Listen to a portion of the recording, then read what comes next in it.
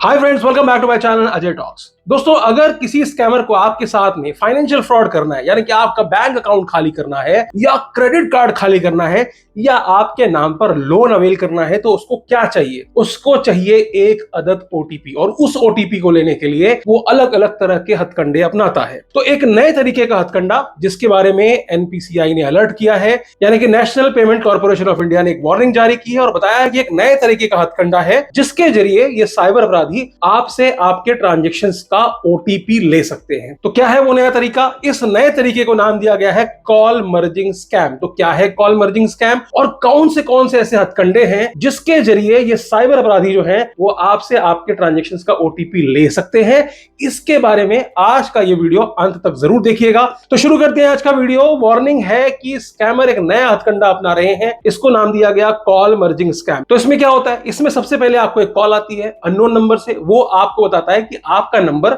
आपके किसी मित्र ने दिया है, मुझे आपसे कुछ काम की बात करनी है। हो सकता है वो पहले से आपकी प्रोफाइलिंग जानता हो, मान लीजिए लिंक्डइन से देख लिया कि आप कहां काम करते हैं, क्या जॉब करते हैं। हो सकता है किसी ऑफर की बात करे, हो सकता है आपसे कुछ जानकारी लेने के हिसाब से आपसे बात करे। आप उसको जानते नहीं हो, लेकिन चूंकि आपके फ्रेंड ने आपका नंबर दिया है तो आप उससे बात करना शुरू कर देते हो। आपकी यहां बात चली रही होती है, उसने आपको एंगेज कर लिया होता है, तभी वो आपको कहता है कि ऐसा है कि वो जो मित्र है जिसके थ्रू वो आपसे बात कर रहा है वो भी आपको कॉल करने वाला है। एक अचानक से कॉल वेटिंग आनी शुरू हो जाती है। जब कॉल वेटिंग आनी शुरू होती है तो उसको बोलता है कि भैया एक कॉल आ रही होगी, जो कि वो मित्र हैं जिसको आप जानते हो, उसको आप कॉल को मर्ज कर लीजिए। मर्ज करने से क्या होगा, हम आपस में तीनों लोग बात कर लेंगे। तो जो भी मैं आपको समझा रहा था, जिसके बारे में हम बात कर रहे थे, बहुत ही कन्वीनियंट हो जाएगा। हम तीनों लोग आपस में कॉन्फ्रेंस में बात कर लेंगे, तो आपकी कोई दुविधा भी नहीं होगी। अब यहां आपके दिमाग में हो सकता है कि हाँ यार, हो सकता है कोई दोस्त रिश्तेदार जिसका भी वो नाम लेगा उसका कॉल आ रहा हो, लेकिन नंबर तो कोई और है, किसी और नंबर से कॉल आ रहा है। तब आप ये बोलोगे इसको, स्कैमर को, कि भाई साहब ये नंबर तो मेरे दोस्त का नहीं है। तो वो आपको मैनिपुलेट करने की कोशिश करेगा कि हाँ वो दूसरे नंबर से कर रहा है, ऑफिस के नंबर से कर रहा है। और जैसे ही आपने वो कॉल उठाया, एक ऑटोमेटेड वॉइस में ओटीपी के बारे में बताना शुरू कर दिया जाएगा कि your OTP for the transaction of rupees this is 1 2 3 4 5। और ये कौन सुन रहा है? ये सुन रहा है वो पहला व्यक्ति जिसने कि आपको कॉल किया है।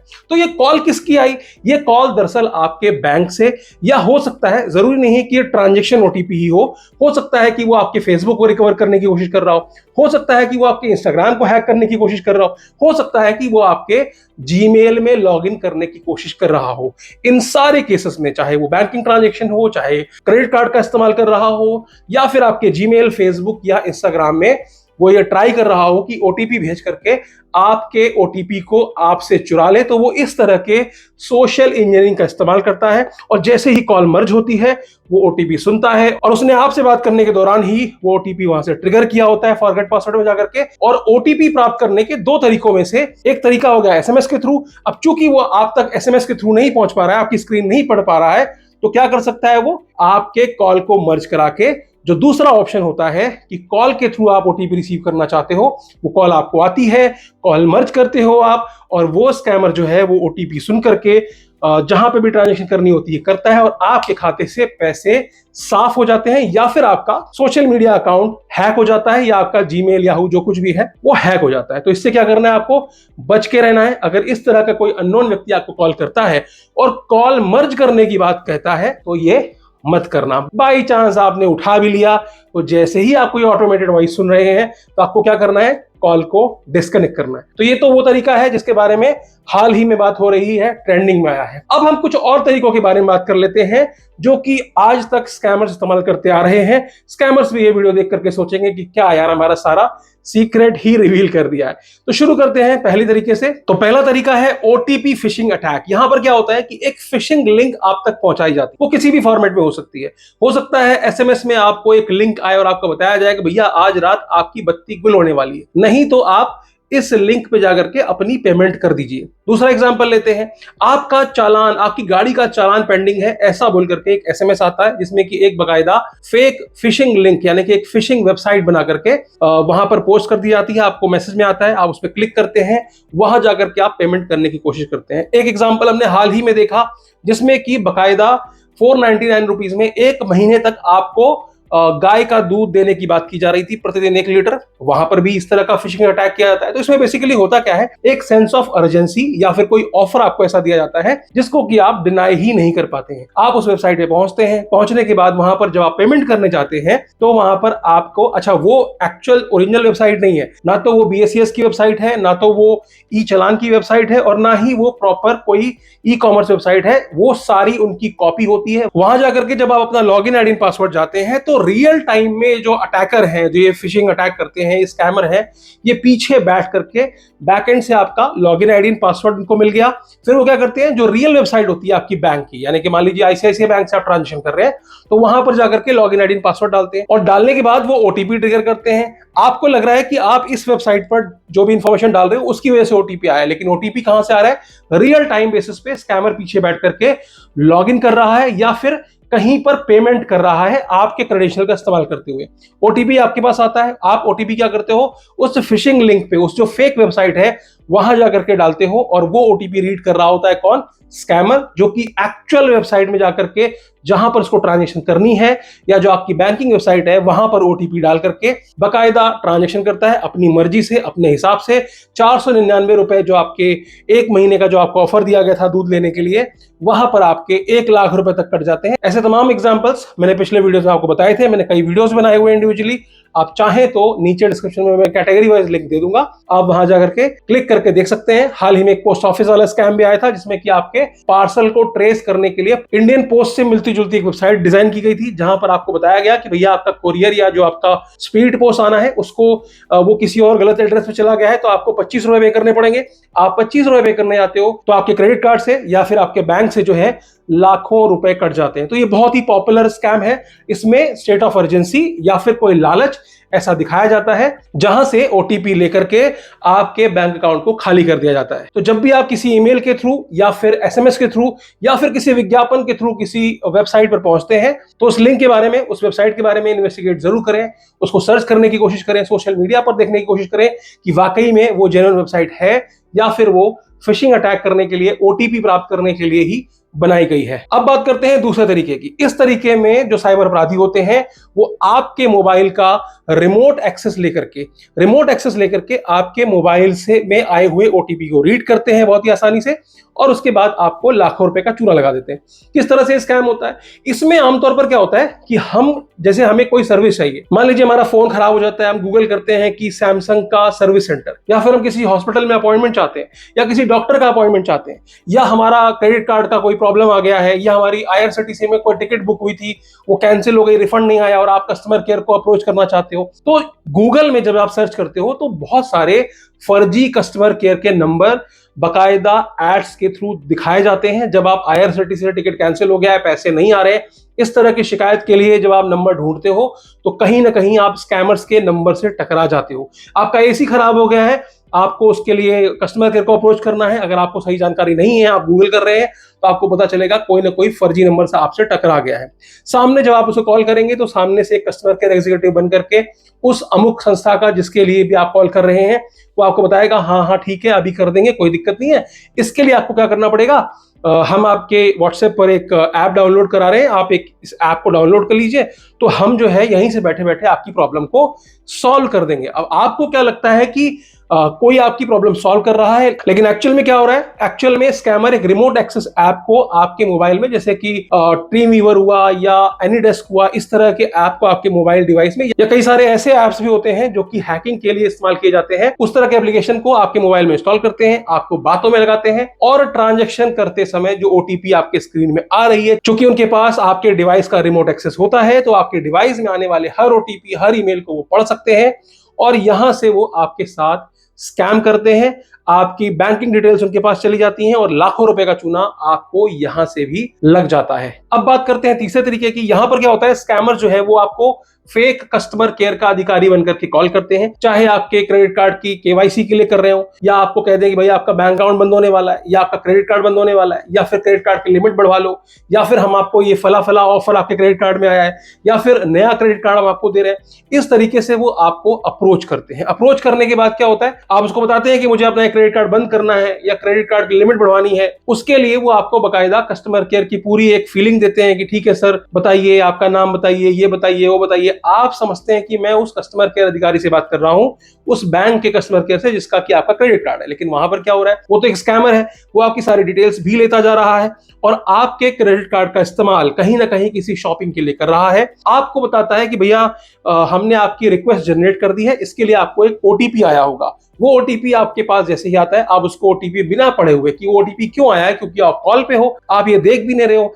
और आजकल ट्रू कॉलर में क्या होता है, ऊपर ही लिख के आता है ओटीपी, है ना, नीचे क्या उसका मजमून है मैसेज में कि ये पैसे कटने का ओटीपी है या किस चीज का ओटीपी है, वो नीचे बाद में पढ़ने को आती है जब आप पूरा मैसेज खोलते हैं। तो आप क्या करते हैं, बातों बातों में, चूंकि वो आपको मैनिपुलेट कर रहे हैं, बातों बातों में आप ओटीपी सामने वाले को दे देते हैं और जो स्कैमर होता है वो आपके खाते से लाखों रुपए की चपत लगा देता है। एक बात ध्यान रखें, कभी भी किसी भी ब्रांड से कोई शिकायत है, आपकी कोई कंप्लेंट है, तो आप अपनी जो शिकायत है वो सोशल मीडिया के पेज पर कमेंट के तौर पर लिखें, तो वहां पर अपना कॉन्टैक्ट नंबर ना डालें। उसका कारण यह है कि जैसे ही आप कॉन्टैक्ट नंबर डालते हैं, जैसे आप अपना ईमेल आईडी डालते हैं, तुरंत ही स्कैमर आपको उक्त ब्रांड का एग्जीक्यूटिव बन के तुरंत संपर्क करते हैं और उसके बाद आपको लगता है कि उस ब्रांड ने आपको कॉल किया है, वो आपकी मदद करना चाह रहा है, लेकिन एक्चुअली में स्कैमर्स जो है वो सपोर्ट के नाम पर आपको ठगी का शिकार बनाते हैं। अब बात करते हैं चौथे तरीके की। ये तरीका है सोशल इंजीनियरिंग का। यहां पर क्या होता है, यहां पर ये स्कैमर जो होते हैं विक्टिम को अलग अलग तरीके से, अलग अलग पैतरों से बेवकूफ बनाने की कोशिश करते हैं, सोशल इंजीनियरिंग का इस्तेमाल करते हैं। जैसे कि हमने हाल ही में देखा था कि कोई एक बंदा आपके डोर स्टेप पे पहुंचता है एक बड़ा सा कुरियर लेकर के, वो आपको बताता है कि सर ये कुरियर आपका आया हुआ है, इसकी कीमत 5,000 रुपए।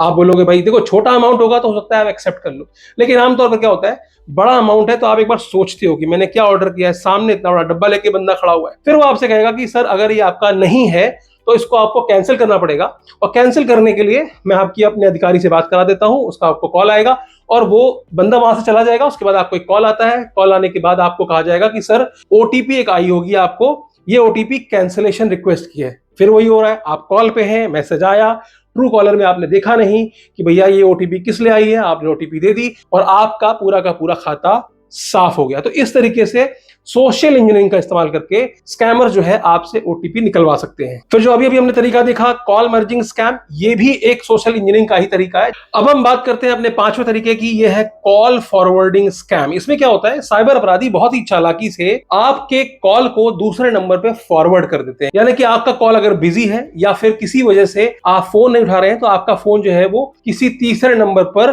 फॉरवर्ड कर दिया जाएगा। इस तरह की सुविधा का जो लाभ है वो साइबर अपराधी उठा रहे थे। हमने एक एग्जाम्पल देखा जहां पर बाजार में चलते हुए अचानक से कोई बंदा आपसे टकराता है, कहता है कि मुझे मदद चाहिए, मेरा फोन कहीं डिस्चार्ज हो गया है, मेरी मम्मी हॉस्पिटल में भर्ती है, मुझे किसी से बात करनी है। और ऐसे समय में वो क्या करता है, आपका फोन उठाता है, फोन उठाने के बाद जो भी कॉल फॉरवर्डिंग कोड होता है, अलग अलग प्रोवाइडर का अलग अलग होता है, ##67# जो भी नंबर्स होते हैं, शायद अभी सुनने में आया था कि इस तरह की सुविधाओं को बंद भी किया जा रहा है।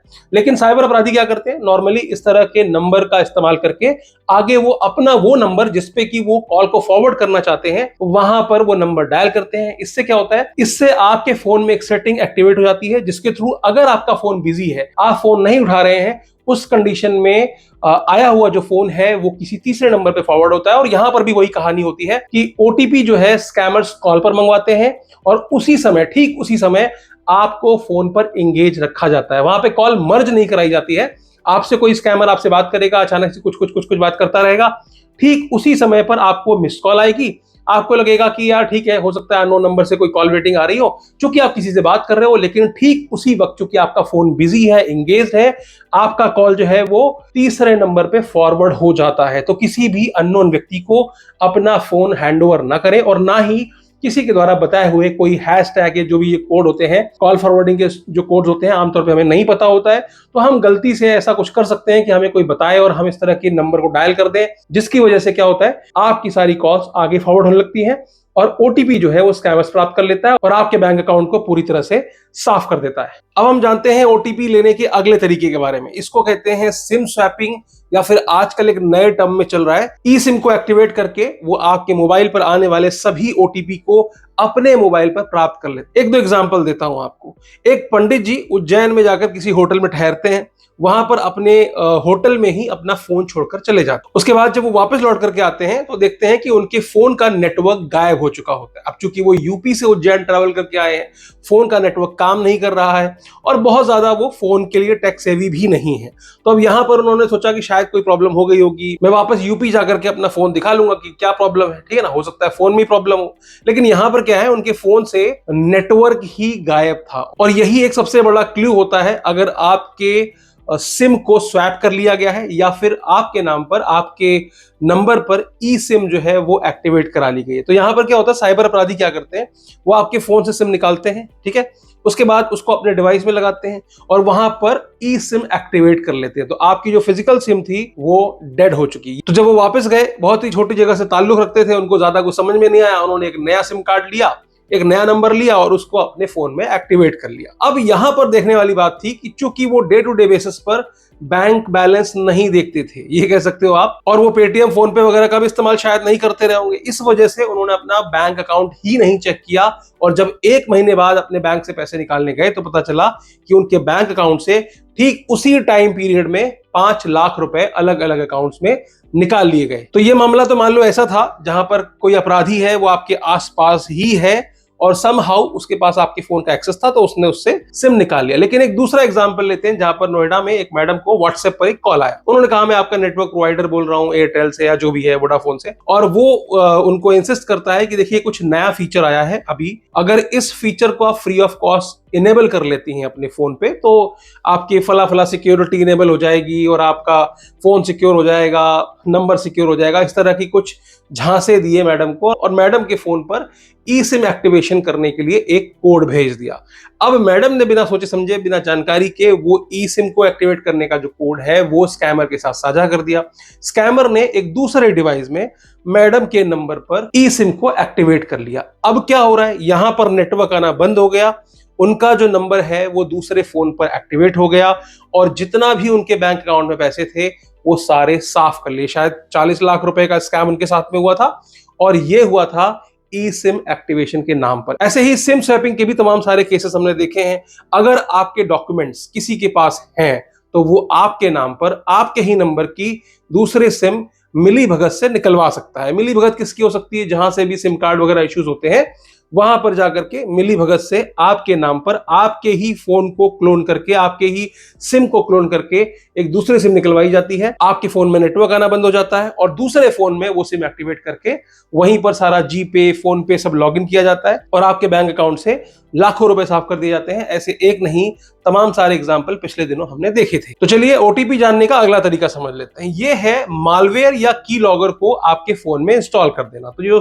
साइबर अपराधी हैं, जो स्कैमर्स हैं, वो क्या करते हैं, समहाउ आपके फोन में कोई मालवेयर या कोई की लॉगर इंस्टॉल कर देते हैं। क्या होता है मालवेयर या की लॉगर, एक तरह से आप वायरस समझ लो। एक ऐसा प्रोग्राम जो आपके मोबाइल में इंस्टॉल हो जाता है और इंस्टॉल होने के बाद आप मोबाइल में कुछ भी टाइप कर रहे हैं तो वो की लॉगर जो है, पूरी जो उसकी लॉग होती है वो ईमेल के थ्रू, आपके ही ईमेल का इस्तेमाल करके वो स्कैमर के ईमेल पर पहुंचती रहती है। तो स्कैमर देखता रहता है कि आपने कौन सी वेबसाइट खोली, आपने कहां लॉगिन किया, आपको कौन सा ओटीपी आया। ये सारी चीजें जो है वो स्कैमर आपके फोन की चुराता रहता है रियल टाइम। इसके अलावा वो आपके फोन पर मालवेयर को भी इंस्टॉल कर देते हैं जिससे कि आपका फोन हैक हो जाता है और उसके बाद उस आपको लग रहा है कि हैक है, लेकिन बैकएंड से वो आपके सारे फोन को अच्छी तरह से एक्सेस कर सकते हैं। वो आपके फोन की सारी डिटेल्स निकाल सकते हैं, आपके फोटोज, आपके गैलरी में जो कुछ भी है, वीडियोस और आपके लॉगिन क्रेडेंशियल, सारी चीजें वो आपके फोन से निकाल लेते हैं। आपने हाल ही में एक स्कैम देखा होगा जिसमें लोगों को शादियों के इन्विटेशन आ रहे थे, है ना, व्हाट्सएप पे एक एपीके फाइल आ रही थी, आप उसको डाउनलोड कर रहे, जैसे डाउनलोड कर रहे हो